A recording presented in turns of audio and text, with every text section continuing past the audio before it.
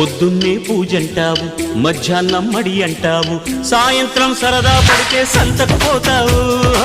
సోకంతా చిదిమేస్తావు, నడుమంతా తడిమేస్తావు, గడి అయినా వెయ్యక ముందే గడబిడ చేస్తావు.